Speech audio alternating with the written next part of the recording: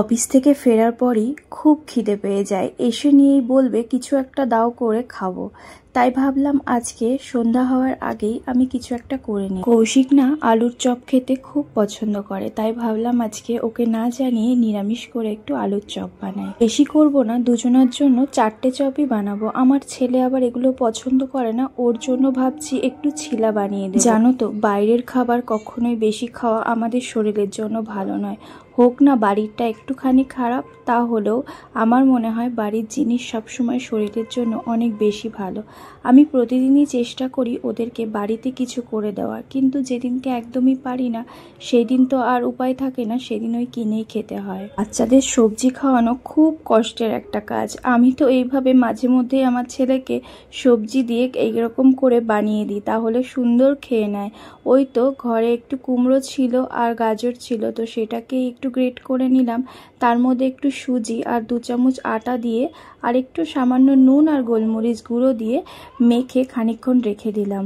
তো ওটা খানিকক্ষণ থাক, সুজিটাও ফুলে যাবে। এদিকে আমি ওই মুড়ি মাখা করব আর তার সাথে আলুর চপ। তো মুড়ি মাখার জন্য এখানে শসা, গাজর, টমেটো, ধনিয়া পাতা, লেবু সবকিছু রেডি করে। তো আলুর চপ করলে ওই যে বেসনের যে ব্যাটারটা তৈরি করতে হবে সেটাই তৈরি করে রাখছি।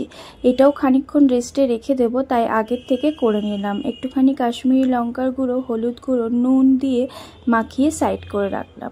এদিকে দেখো আলুর পুরটাও তো খুব সুন্দর হয়ে গেছে, ওগুলো ওই চপের আকার করে রেখে দিলাম। আসলে ছেলে আমার ঘুমাচ্ছে আর কৌশিক তো রয়েছে অফিসে, তাই ভাবলাম এই ফাঁকে আমি একটু ফাঁকা ছিলাম, সবকিছু রেডি করে রাখলাম।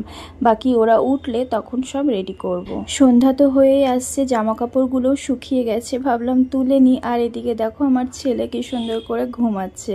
ও একদম ঘুমাতে চায় না, আর ঘুমালে পরে উঠাতে খুব কষ্ট হয়। ভাবলাম বেশ সন্ধ্যা হয়ে আসছে, ওকেও ডেকে দিই, ও একটু খাওয়া দাওয়া করে নেবে, তারপরে তো আবার পড়তে বসানো আছে।